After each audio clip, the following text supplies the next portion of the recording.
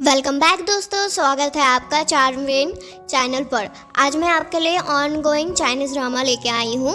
तो कहानी को स्टार्ट करते हैं। कहानी के स्टार्टिंग में हम लोग अपने मेन लीड सियान को देखते हैं और साथ ही उनके साथ एक लड़की थी, पर अभी उनका फेस हमें नहीं दिखाया जाता है। पर सियान उस लड़की के साथ बहुत खुश थे, पर उसी समय वे लड़की सियान को चाकू मार देती है और वे उसी समय अपने नींद से जागते हैं और जागते ही अपने आप से बस एक ही सवाल करते हैं कि आखिर वे कौन थी। और उसी समय सियान के सेवक उनके पास आते हैं एक खबर लेकर, जो उनको अभी राजा ने राजमहल बुलाया है। और इधर अब हम अपनी फीमेल लीड जैन को देखते हैं, जो अभी अपनी दी के शॉप में थी। और ये इस कहानी की सेकंड फीमेल लीड रैन होती हैं। और रैन का शॉप फ्रेग्रेंस वाला होता है, जहां उस समय लोग अपने साथ फ्रेग्रेंस पाउच रखा करते थे। फिर जैन अपनी सिस्टर रैन से कहती है कि अभी उनका शादी हुआ है, तो वे यहाँ शॉप में क्या कर रही हैं। उनको तो अभी अपने हस्बैंड के साथ टाइम स्पेंड करना चाहिए, ना कि यहाँ पर शॉप खोलकर और अपना टाइम वेस्ट करना चाहिए। और रैन और जैन एक दूसरे से बहुत प्यार करती थी।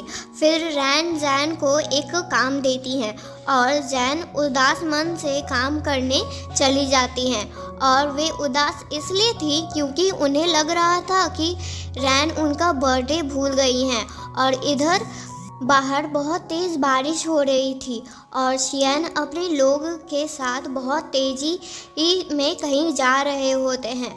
और सियान एक गवर्नमेंट ऑफिसर होते हैं और वे भी ऊंचे पोस्ट पर और साथ ही राजा के खास। और इधर जैन अपने घर आती हैं। फिर जैन अपने फादर से मिलकर बहुत खुश होती हैं और उनके फादर एक मिनिस्टर होते हैं और साथ ही एक इंजीनियर भी। और जैन अपने फादर को अभी इतनी रात तक काम करते देख उन्हें प्यार से सुना रही होती है कि वे अभी तक क्यों काम कर रहे हैं, उनको तो रेस्ट करने जाना चाहिए। तब फादर बताते हैं कि ये बहुत इम्पॉर्टेंट काम है, जो पिछले 2 साल से वे उस पर काम कर रहे हैं। फिर फादर अपने काम के बारे में जैन को और अच्छे से बताते हैं। फिर जैन अपने फादर और सिस्टर के बारे में सोचती है, जो इतने काबिल हैं, पर उससे अभी कुछ भी नहीं आता है और ना ही वे किसी चीज़ में बेस्ट है। फिर फादर जैन को समझाते हैं कि वे भी बहुत काबिल हैं। फिर जैन आने वाले कल के दिन के बारे में अपने पापा से पूछती है। फिर फादर उन्हें पहले तो कुछ नहीं बताते हैं और कहते हैं कि कल क्या है, कल तो एक नॉर्मल डे ही है। फिर जैन को लग रहा था कि फादर भी उसका बर्थडे भूल गए हैं। फिर फादर हंसते हुए कहते हैं कि मुझे अच्छे से याद है कि कल तुम्हारा जन्मदिन है। तब जैन बहुत खुश होती है ये सुनकर। और तभी जैन के घर सियान अपने आदमियों के साथ अंदर आते हैं और पूरी जगह को छानबीन करने के लिए अपने आदमियों को ऑर्डर देते हैं। और सियान जैन के फादर को अरेस्ट करने आए थे और उनका रीज़न ये था कि वेस्ट कैनाल कोलैप्स हो गया है आज, जो जैन के फादर ने बनाया था और उन्हें अरेस्ट करने का ऑर्डर राजा ने ही दिया होता है। पर फादर उन्हें समझाते हैं कि ऐसा नहीं हो सकता है, क्योंकि उन्होंने इस पर बहुत मेहनत से काम किया था और बहुत अच्छे से, ना कि बस एक आम सा बारिश आए और इसको तोड़ दे। इसमें ज़रूर किसी की गलती है और कोई मुझे फंसाना चाहता है। पर सियान अभी उनका कोई भी बात सुनना नहीं चाहते थे और उन्हें बस वहाँ से लेकर जाना चाहते थे। पर जैन सियान को समझाती है कि उनके फादर ऐसा गलती कर ही नहीं सकते हैं, ज़रूर उनके ही जांच पड़ताल में कुछ गलती हुई है। पर सियान उन दोनों के किसी भी बात पर बिलीव नहीं कर रहे होते हैं। फिर सियान जैन के फादर को लेकर चले जाते हैं और जैन बस उन्हें रोकने का ट्राई कर रही थी। पर जब जैन रोती हैं तब सियान के दिल में बहुत तेज़ दर्द उठता है। फिर अब सियान को डॉक्टर देख रहे होते हैं, पर डॉक्टर को वो भी पता नहीं चल पा रहा था कि सियान आखिर बेहोश किस कारण से हो गए थे। और इधर जैन अपने फादर के वर्क प्लेस पर थी और वे उन्हें बहुत याद कर रही थी। और इधर सियान को बहुत तेज़ दर्द हो रहा था और यहाँ जैन की सेविका उनके साथ थी और उन्हें हौसला दे रही थी। फिर जैन अपनी सेविका को भी कहती है कि ज़रूर जांच पड़ताल में ही कोई गलती हुई है, क्योंकि उनके फादर के कंस्ट्रक्शन प्लान में कोई भी गलती नहीं हो सकती है। और जैन के पास एक की था जो उनके फादर ने ही दिया होता है, और शायद इससे कुछ पता चल सकता था जैन को। और इधर सियान को एक सपने आते हैं कि और वे उस सपने में देखते हैं कि वे बहुत ज़्यादा ही बीमार हैं और उनके मुंह से खून निकल रहा है, और उनके पास एक सेंट पाउच था जो वे उन्हें कुछ याद दिला रही थी। और अब सियान अपनी नींद से जाग जाते हैं और तभी उनके सेवक उनके पास आते हैं और सियान जैन के फादर के बारे में पूछते हैं। फिर उनके सेवक बताते हैं कि उनके फादर अभी जेल में हैं, पर सियान जैन पर नज़र रखने के लिए कहते हैं। फिर इधर जैन अपनी सिस्टर से हेल्प मांगने आती हैं, पर उनके घर के नौकर जैन को घर के अंदर नहीं जाने देते हैं, और ये ऑर्डर जैन की मदर इन लॉ का होता है। और वे नौकर कहता है कि उनके घर में और प्रॉब्लम ना क्रिएट करें और वे वहाँ से चले जाएं। फिर जैन भी यही सोचती है कि हाँ, वे अपनी बहन के लिए प्रॉब्लम क्रिएट नहीं कर सकती है, आखिर उसकी शादी अभी अभी हुई है। फिर वे वहाँ से चली जाती हैं और अंदर ये सब रैन की मदर इन लॉ करवा रही होती हैं, और वे नहीं चाहती थी कि उनकी डॉटर इन लॉ ये सब में पड़े, और वे तो अब रैन को जाने भी नहीं दे रही होती हैं। पर रैन उनसे कहती है कि वे उनके फादर हैं और वे उनकी एक बड़ी बेटी है, तो उनका फ़र्ज़ बनता है कि उनके बुरे टाइम में उनकी हेल्प करने का, और उनकी छोटी बहन आखिर अकेले इतना कुछ कैसे कर सकती है। पर उसकी मदर इन लॉ उसका कोई भी बात नहीं सुनती है और उसे घर में ही रहने का ऑर्डर देती हैं। और इधर जैन अपनी आंटी से हेल्प मांगने आती हैं और उनकी आंटी कल सुबह तक वेट करने के लिए कहती हैं।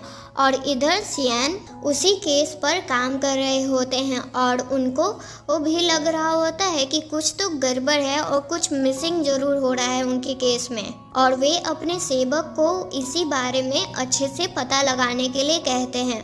और तभी सियान का दिल फिर से दर्द करने लगता है और उनको समझ में नहीं आ रहा होता है कि आखिर ये सब हो क्यों रहा है। और इधर जैन अपने फादर के बारे में सोचकर रो रही होती है, और जैन अपना फीलिंग अपनी सेविका से बात करके मन थोड़ा शांत करती हैं, और ऐसे ही अगली सुबह हो जाती है और सियान का दर्द अब जागकर शांत होता है। उनके सेवक सियान से पूछते हैं कि आखिर ये सब हो क्यों रहा है आपके साथ, पर सियान के पास भी उनका कोई आंसर नहीं होता है। वे तो खुद इस बारे में नहीं जानते कि आखिर उनके साथ ये सब हो क्यों रहा है। फिर सियान से मिलने ऑफिसर जाओ आते हैं और ये रैन के हस्बैंड ली दी होते हैं, और वे सियान से मिलने अपने फादर इन लॉ के कारण आए हुए होते हैं। फिर सियान कहते हैं कि उन्होंने ऐसा ही उनके फादर इन लॉ को अरेस्ट नहीं किया है, उनके पास राजा का ऑर्डर है। तभी लीडी कहते हैं कि उनके पास भी राजा का एक मैसेज है उनके लिए। फिर सियान उस मैसेज को देखते हैं जिसमें लिखा हुआ था कि राजा ने उन्हें जल्द से जल्द बुलाया है। फिर लीडी वहाँ से चले जाते हैं। फिर सियान उनके सेवक उनसे पूछते हैं कि आखिर लीडी के पास इतना पावर कैसे आया। फिर सियान इस पर कहते हैं कि लीडी अभी कुछ साल से राजा का खास आदमी बनने का ट्राई कर रहा है, और अब सियान को ये केस और ज़्यादा इंटरेस्टिंग लग रहा होता है। और इधर जैन के अंकल और सैन का कोई हेल्प नहीं करना चाहते थे, और वे इसी बात पर आंटी से लड़ रहे होते हैं, और जैन ये सब कुछ सुन रही होती है वहाँ पीछे से। और अब आंटी भी अपने हस्बैंड के बात में आ जाती हैं। जैन को अब वे दोनों ही धोखा दे रहे होते हैं। फिर आंटी जैन को उसके मनी हाउस ले जाने के बहाने से एक कहीं ले जा रही होती हैं। फिर जैन भी अपने प्लान पर काम करते हुए आंटी को उल्लू बनाकर एक रेस्टोरेंट में खाना खाने के लिए मना लेती है। और जब उस रेस्टोरेंट में जैन आती हैं और तभी वहाँ पर सियान भी खाने के लिए आए हुए होते हैं। फिर जैन जानकर अपने फादर के केस के बारे में ज़ोर ज़ोर से बात करती है और वहाँ बैठे लोग उस आदमी के बारे में बुरी बुरी बात बोल रहे होते हैं, यानी जैन के फादर के बारे में, कि आखिर उसके कंस्ट्रक्शन प्लान के कारण लाखों लोगों की जान चली गई है आखिर। फिर जैन उन लोगों से कहती है कि उसके डैड की कोई भी गलती नहीं है। फिर सारे लोग जैन और उसके डैड के बारे में उसको ही सुना रहे होते हैं। फिर जैन सियान से पूछती है कि अभी क्या प्रूफ हो चुका है कि उसके फादर ही दोषी हैं और उनकी ही सारी गलती है इन सब में। तो फिर सियान उन सभी लोगों को बताते हैं कि अभी ये केस पूरा नहीं हुआ है और ना ही इस केस का पूरा सच बाहर आया है, तो किसी भी डिसीज़न पर जाना अच्छा नहीं है। और इसी बीच में सियान जैन का चालाकी समझ रहे होते हैं और उसी बीच में जैन वहाँ से भाग जाती है। और फिर सियान जैन के बारे में उनकी आंटी से पूछती हैं, पर जैन की सेविका ही बोलने लगती है कि वे सब अब से परेशान होकर यहाँ से कहीं चली गई हैं, तो प्लीज़ आप उन्हें खोजने में मदद करें। और यहाँ जैन किसी भी तरह से वे जिन मनी हाउस में पहुँच जाती है और ये उस टाइम का सेफ बैंक हुआ करता था, जहाँ हम आज के टाइम में हमारे पास बैंक हैं, उस टाइम में इस तरह के बैंक हुआ करते थे। पर ज़रूरी नहीं है कि वहाँ सिर्फ मनी रखा जाए, वहाँ सेफ कोई चीज़ रखा जाता था। और जैन को जहाँ ही वे बॉक्स मिलता है उसी समय वहाँ पर सियान भी आ जाते हैं और कहते हैं कि उन्हें उस पर पहले से ही शक हो रहा था कि वे कुछ छुपा रही हैं जो वेस्ट कैनाल केस से रिलेटेड है। पर जब सियान वे बॉक्स मांगते हैं तब जैन देने से साफ मना कर देती है और कहती है कि सियान से कि वे तो पहले उसके फादर को अरेस्ट कर लिए बिना कोई प्रॉपर प्रूफ के, और जब वे अपने फादर का इनोसेंट प्रूफ करने चाहती है तब वे हर चीज़ के बीच में आ रहे हैं और उसे पूरा नहीं करने दे रहे हैं। फिर भी सियान वे बॉक्स से ले लेते हैं उनका बात इग्नोर करके, और उसी में उन्हें एक लेटर मिलता है और जब वे पढ़ते हैं तब फिर वे जैन को वापस कर देते हैं, क्योंकि वे लेटर उनकी मॉम का था, सिर्फ उनके बर्थडे के लिए लिखी थी। और लेटर पढ़कर जैन तो रोने लगती है और जियान को फिर से दर्द हो रहा होता है और जैन अपनी मॉम का दिया हुआ गिफ्ट उठाती हैं जो उस लड़ाई में टूट गया होता है, जो एक बहुत सुंदर ब्रेसलेट होता है, बाला भी कह सकते हैं दोस्तों। और अब जैन सियान पर बहुत गुस्सा थी, फिर वे उससे लड़ती भी है इस वजह से, पर सियान कहते हैं कि इसमें उसकी कोई भी गलती नहीं है क्योंकि उसने कोई भी जानबूझ के नहीं किया है और वे उसके बदले में राजा का दिया हुआ गिफ्ट उन्हें दे सकते हैं। फिर जैन कहती है कि तुमको क्या लगता है कि हर चीज़ इसका कोई दाम होता है? कुछ चीज़ों का कोई दाम नहीं होता, उसमें बहुत फीलिंग होती है। पर सियान को इस सब बात पर से कोई फ़र्क नहीं पड़ रहा होता है और उसी समय वहाँ पर रैन आती हैं और वे सियान से बोलकर जैन को वहाँ से और लेकर चली जाती हैं और तभी सियान वही पॉच देख लेते हैं जो उनके सपने में जो लड़की थी, और वे भी वही सेम पॉच उस लड़की के पास भी था जो सियान को मार दी थी सपने में। और जैसे ही जैन रोती है सियान फिर से दर्द में बेहोश हो जाते हैं और अब रैन और सैन एक साथ थे और रैन जैन को टेंशन नहीं लेने के लिए कहती हैं क्योंकि वे और लीडी उनके हस्बैंड ये सब हैंडल कर लेंगे। फिर रैन जैन का बर्थडे सेलिब्रेट करती हैं उनके फेवरेट डिश के साथ और इधर सियान जैन को अपने सपने में बहुत टॉर्चर करते हुए देख रहे होते हैं और उसी में वे अचानक से उठ जाते हैं जैन का और नाम चिल्लाते हुए, और उनका सेवक उनसे पूछता है कि आखिर क्या हुआ। तब सियान सब कुछ उन्हें बताते हैं कि जैन सिटी छोड़कर और जैन वहाँ से भाग रही थी और इसी कारण से वे उन्हें पकड़कर बहुत टॉर्चर कर रहे थे, और उससे पहले वाले सपने में उसने मुझे ही इस कारण से शायद मार दिया था। फिर वे पूछते हैं अपने सेवक से कि आखिर जैन कहाँ है।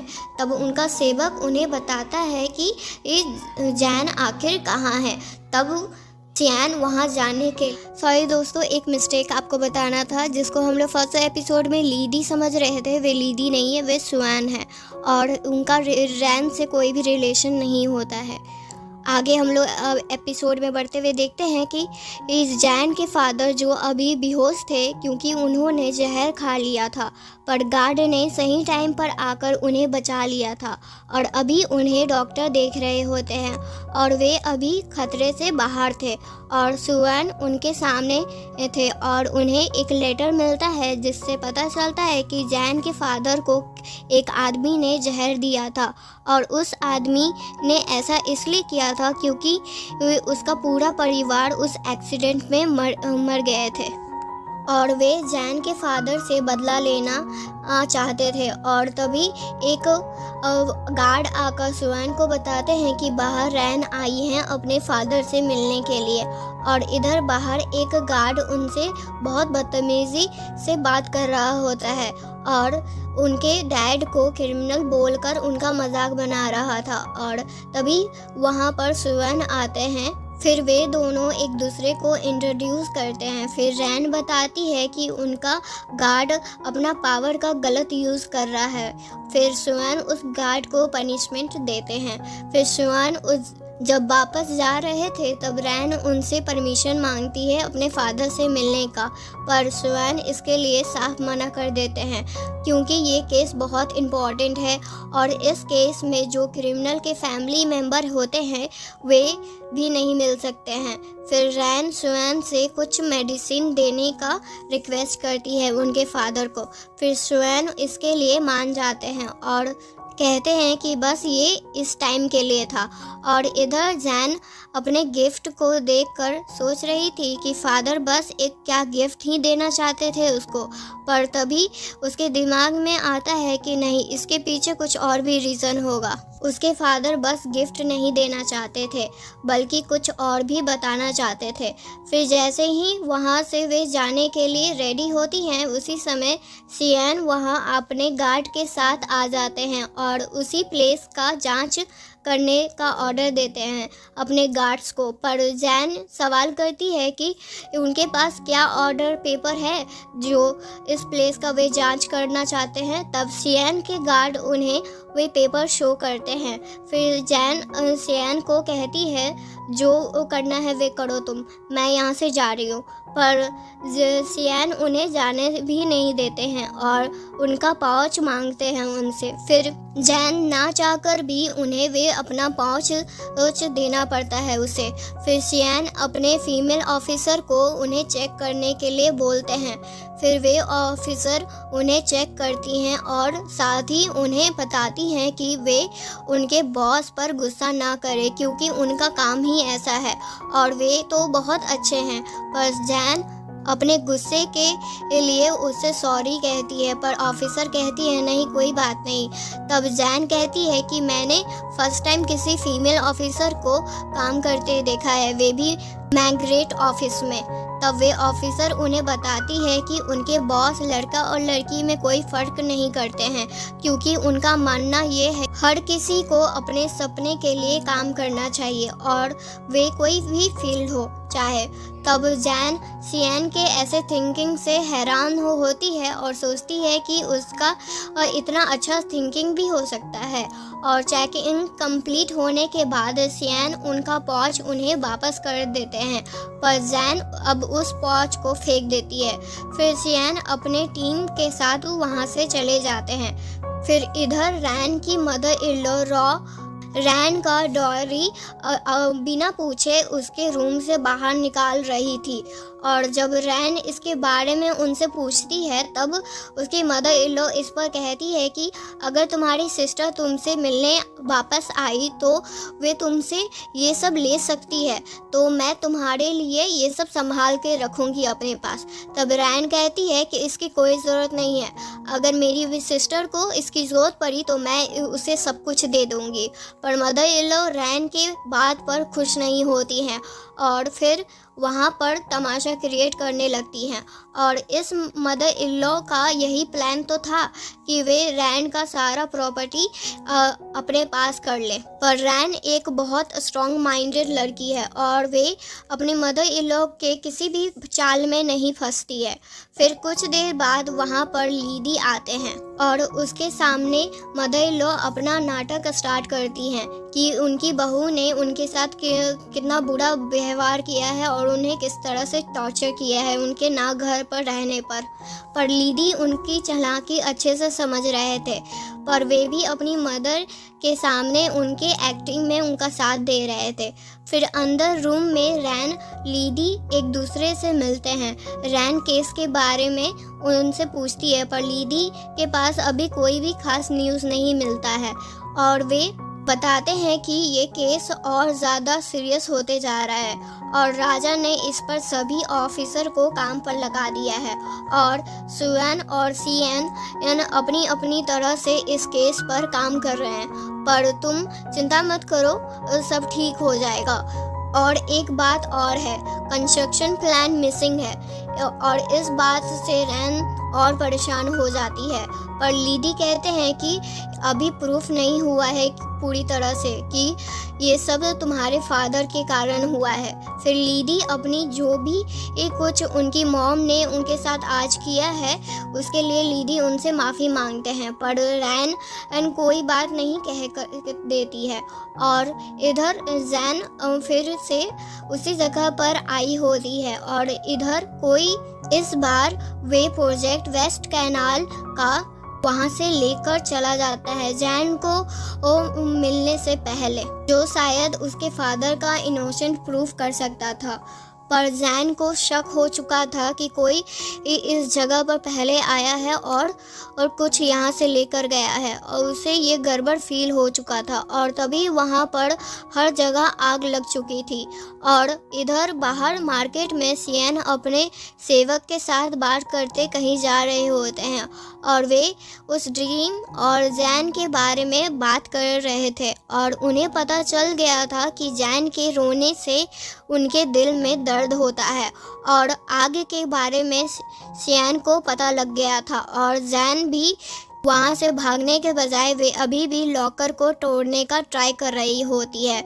फिर कुछ आदमी सब जैन को मारने का ट्राई कर रहे होते हैं, पर जैन उन सभी से बचकर भाग रही होती है और बाहर जैन की सेविका के कारण सीएन को पता लग गया था कि अंदर जैन है और वे उन्हें बचाने के लिए अंदर जाते हैं। फिर सीएन देख लेते हैं कि कुछ लोग जैन को पकड़कर ले जा रहे होते हैं। फिर सीएन उन लोगों को अच्छा सबक सिखाते हैं और जैन को बाहर चलने के लिए कह रहे होते हैं, पर जैन अभी भी उस लॉक को तोड़ने चाहती थी।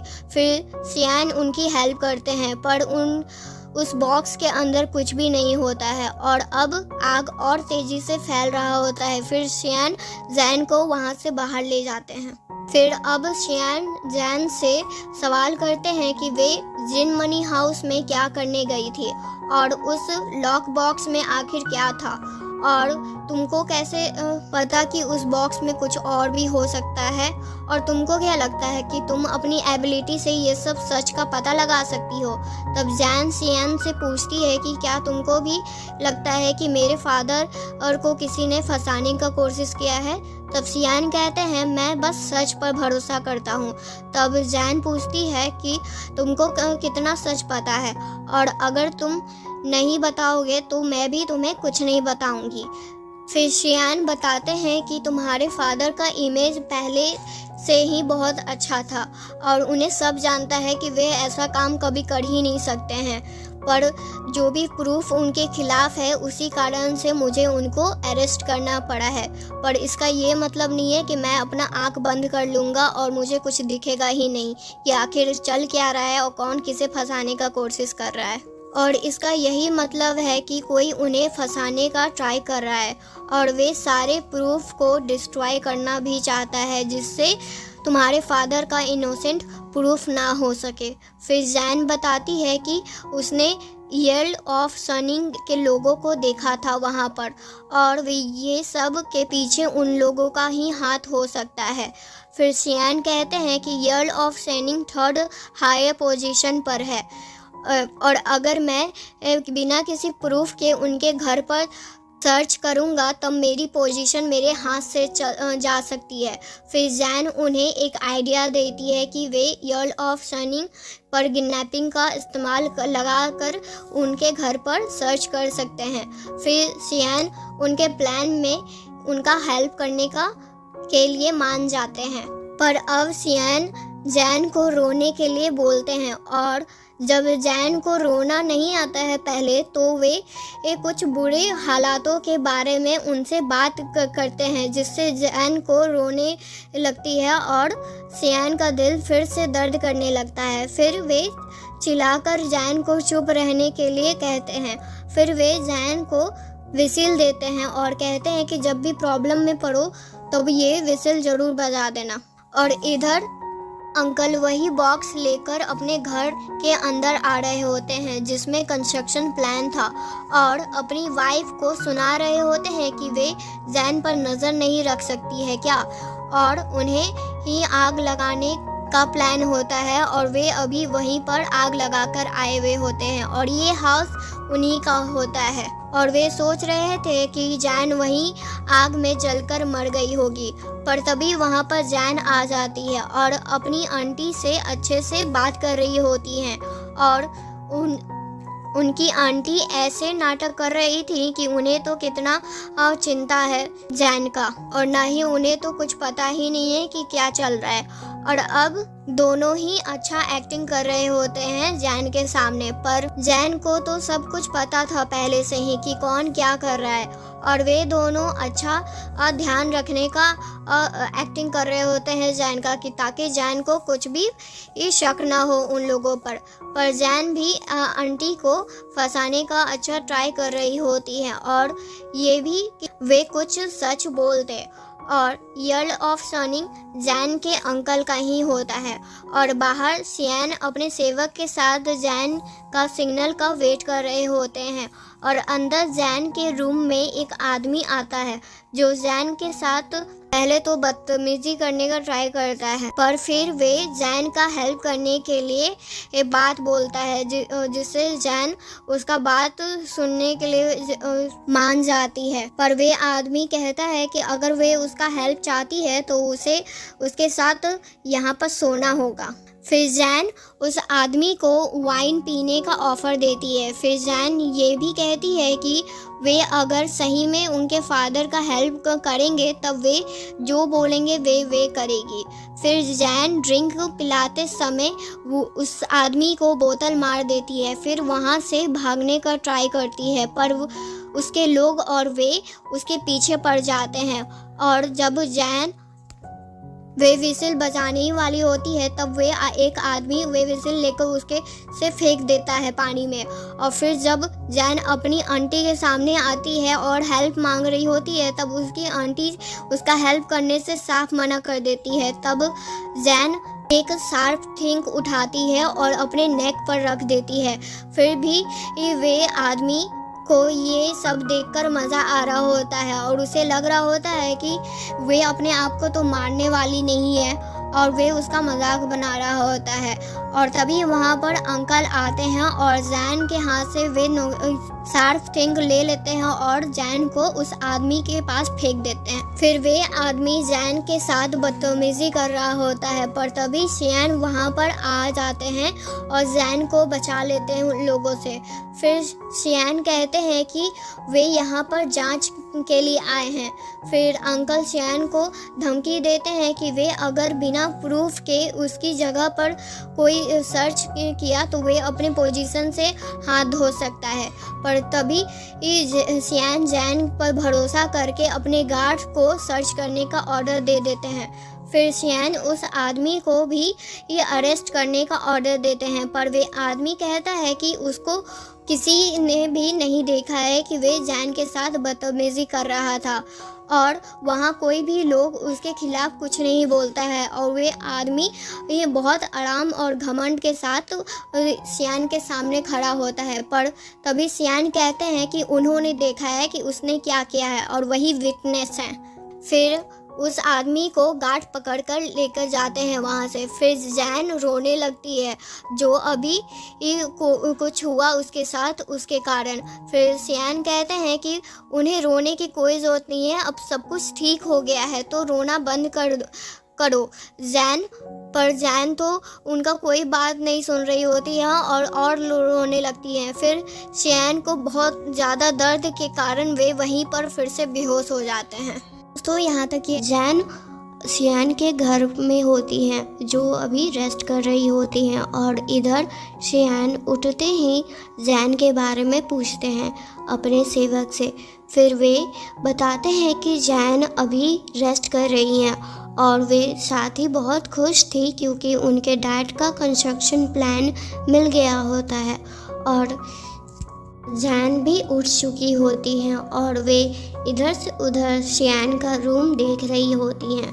और तभी वहाँ सियान आते हैं और वे जैन को वही कंस्ट्रक्शन प्लान चेक करने के लिए कहते हैं कि वे कंस्ट्रक्शन प्लान उसी के डैड का बनाया हुआ है कि नहीं। फिर जैन उस कंस्ट्रक्शन प्लान को चेक करती है और साथ ही उस समय को भी याद करती है जब उसके डैड ने कितने मेहनत से इस प्लान को बनाया था और इसके लिए दूर दूर तक ट्रैवल भी किया था। और ये सबको याद करते करते वे रोने लगती हैं जिससे सियान को फिर से दर्द हो रहा होता है। फिर सियान उन्हें रोने से मना करते हैं और जैन रोना बंद कर सियान को बताती है कि यह कंस्ट्रक्शन प्लान उसके डैड का ही है। तो क्या अब उसके डैड इससे साबित हो जाएंगे कि वे इनोसेंट है कि नहीं और उनकी कोई भी गलती नहीं थी। तब सियान इस पर कहते हैं कि इतना काफ़ी नहीं है उन्हें इनोसेंट साबित करने के लिए, उन्हें और प्रूफ की ज़रूरत पड़ सकती है। फिर सियान वहाँ से अपने सेवक के साथ चले जाते हैं। फिर वे जैन के अंकल और उस आदमी से सच का पता लगाने थे। तब वे दोनों आदमी अपने ही पावर का गुणगान गा रहे थे कि वे दोनों कितने पावरफुल हैं और सियान उनका कुछ भी नहीं कर सकते हैं और सियान के क्वेश्चन का आंसर भी नहीं दे रहे होते हैं। तब सियान को अब बहुत गुस्सा आ चुका होता है उन दोनों पर और वे दोनों का वे अच्छे से धुलाई करवाते हैं और फिर से उन दोनों से वही कंस्ट्रक्शन प्लान के बारे में पूछते हैं। फिर वे अंकल सियान को डरते डरते सब कुछ बता देता है जो भी उसे पता होता है कि उन्हें एक लेटर मिला था जिसमें सारे इंस्ट्रक्शन लिखे हुए थे पहले से कि क्या से क्या करना है और कैसे करना है और कब करना है और उनको उसके लिए खूब पैसे भी मिले हुए होते हैं और वे उस पैसे के लिए उस कंस्ट्रक्शन प्लान को वहाँ उस लॉकर से लिए थे और इसके अलावा उन्हें और कुछ भी नहीं पता होता है। और कुछ देर बाद ही वे अरेस्ट है सियान से। फिर सियान पूछते हैं कि अगर ऐसी ही बात है तो इस बारे में शुवे को कैसे पता चला कि वे प्लान तुम्हारे घर पर है। और सुवे वही आदमी था जो जैन के साथ बदतमीज़ी कर रहा था। पर अंकल कहते हैं उन्हें इस बारे में कुछ भी नहीं पता था। फिर सियान अपने सेवक को उस अंकल को मारने के लिए ये कहते हैं और इधर राजमहल में रानी को देखते हैं और उनके पास एक सेवक खबर लेकर आते हैं कि सुवे को शियान ने अरेस्ट कर लिया है गलत कामों के लिए। तब रानी कहती है तब तो अच्छा है, उसको ऐसे ही सज़ा मिलनी चाहिए। और इधर जैन शियान को लास्ट बाय बोलने का सोच रही थी और वहाँ से जाने का, क्योंकि उन्हें अच्छा नहीं लग रहा था कि वे किसी और के घर में इतने टाइम तक रहें।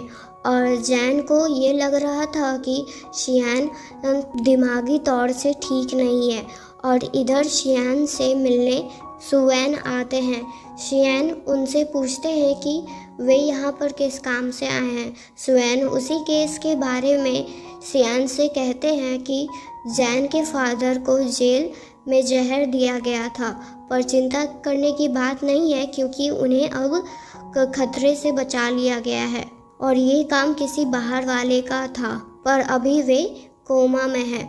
फिर शियान उनसे सवाल करते हैं कि वे किस तरह से उनका ध्यान रख रहे हैं, आखिर वे मिनिस्टर सैन हैं और उन पर अभी पूरी तरह से एक गुनाह साबित नहीं किया गया है कि वही मुजरिम है, तो उनका अभी अच्छे से ध्यान रखना उनका ड्यूटी है। और तो और उन्होंने ही मिनिस्टर सैन को राजा के ऑर्डर पर यहाँ से मुझसे लेकर गए थे, तो इस तरह से आप उनका ध्यान रख रहे हैं। और अगर राजा को इस बारे में पता चला तो आप किस तरह से उनको एक्सप्लेन करेंगे इस बारे में। तब सुवैन कहते हैं इसकी टेंशन तुम्हें लेने की ज़रूरत नहीं है, मुझे पता है कि क्या करना है और राजा को कैसे एक्सप्लेन करना है।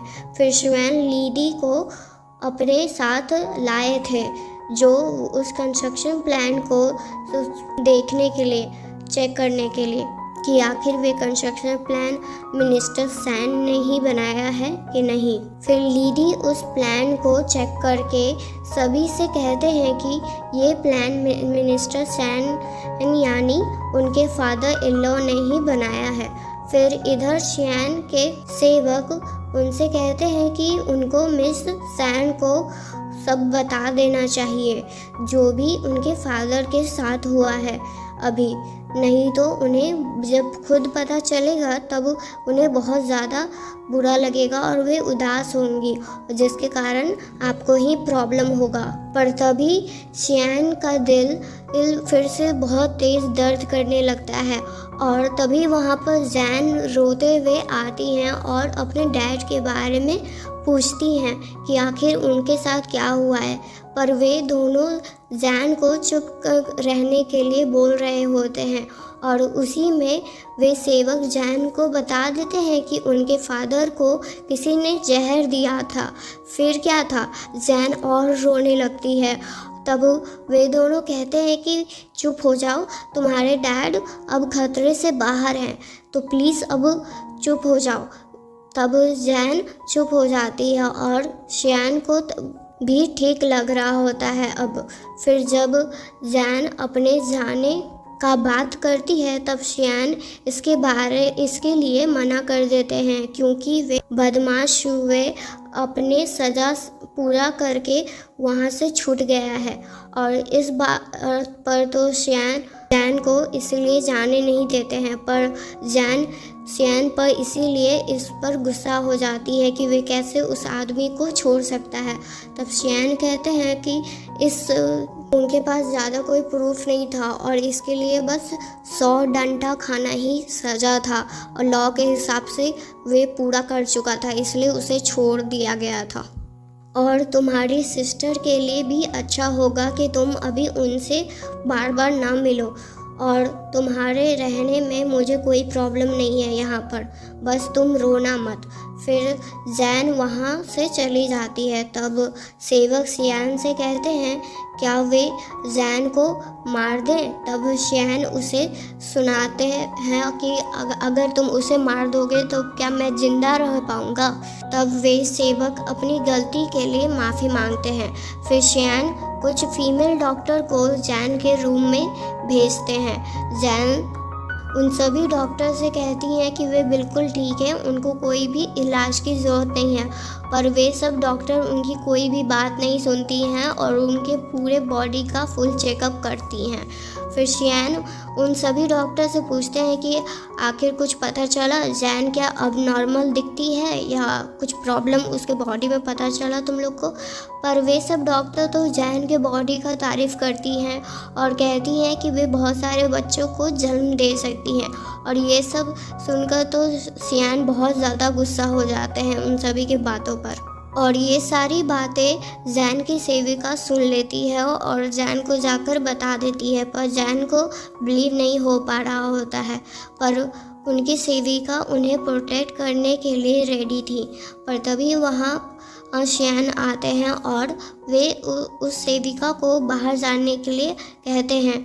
वे शियान के कहने पर तो नहीं जाती हैं, पर जब जैन कहती हैं उन्हें बाहर जाने को, तब उन्हें बाहर जाना पड़ता है।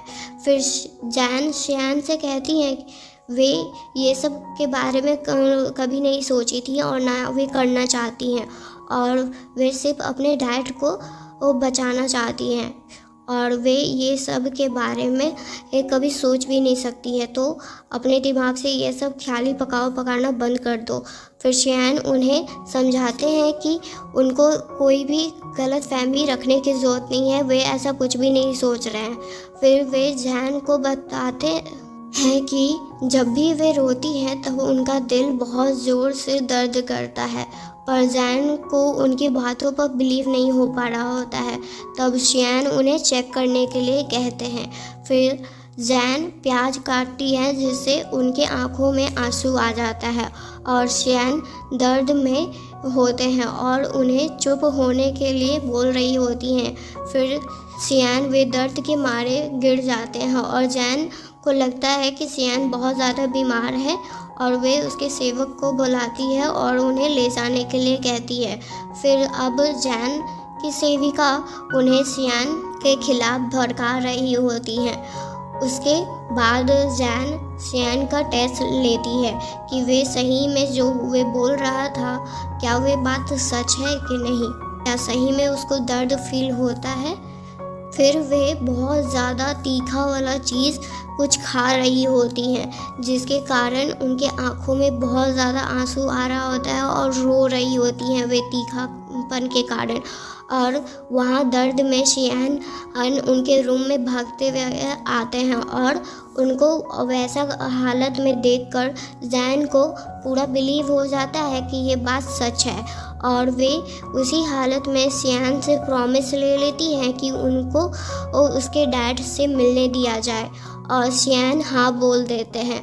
पर अब वे अपने बातों पर रिग्रेट कर रहे थे कि आखिर उन्होंने उन्हें जैन को ये सब बातें क्यों ही बताई आखिर।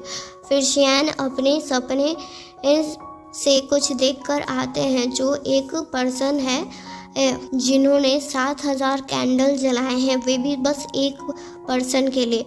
और तभी वे अपने नींद से जाग जाते हैं और उस सपने के बारे में ही सोच रहे होते हैं। और यहाँ रैन अपनी बहन से मिलने जा रही होती हैं, पर रास्ते में सुवैन से वे टकरा जाती हैं। फिर सुवैन उन्हें बता देते हैं कि कंस्ट्रक्शन प्लान मिल गया है, वे भी उसके अंकल के घर से। फिर वे वहाँ से चले जाते हैं और रैन अपनी बहन को खोजने चली जाती हैं। और इधर शियान किसी लेडी के पास आए होते हैं जो शायद उनके ड्रीम के बारे में कुछ बता सकती थी। फिर शियान उन्हें सब कुछ बता देते हैं कि ये सब कब से और कैसे हो रहा था उनके साथ। फिर वे लेडी कहती हैं शायद तुम अपने पास्ट लाइफ में अच्छे इंसान नहीं थे और ये तुम्हारे पास्ट कर्म है जो तुम अब भुगत रहे हो उसके कारण, और अगर तुमको ये सब से छुटकारा चाहिए तो तुम्हें उसे मेरे पास लाना होगा। पर एक बात का याद रखना कि उसके बाद वे सब कुछ भूल जाएगी। पर शियान को इससे कोई फ़र्क नहीं पड़ता है। फिर शियान जैन से मिलने जाते हैं पर जैन शियान को रूम में नहीं आने देती है, पर शियान फिर भी रूम में अंदर आ जाते हैं और वे देखते हैं कि जैन का लिप पूरी तरह से फूल गया होता है और वे इसीलिए गेट नहीं खोल रही होती हैं। फिर शियान अपने सेवक को दवा लाने के लिए भेजते हैं और फिर शियान जैन को उसके फादर से मिलाने ले जाते हैं, पर वे अपने फादर को ऐसे देखकर रोने लगती है। पर शियान वे दर्द को कंट्रोल कर रहे होते हैं, क्योंकि जैन अपने फादर को इस तरह से देखकर शायद बहुत ज़्यादा उदास है, इसीलिए। फिर वे जैन को उस लेडी के पास लेकर जाते हैं, पर जैन को वे जगह ठीक नहीं लग रहा होता है। वे लेडी वापस पूछती है शियान से क्या वे सही में ये करना चाहते हैं, और शियान हाँ ही कहते हैं इस बार भी।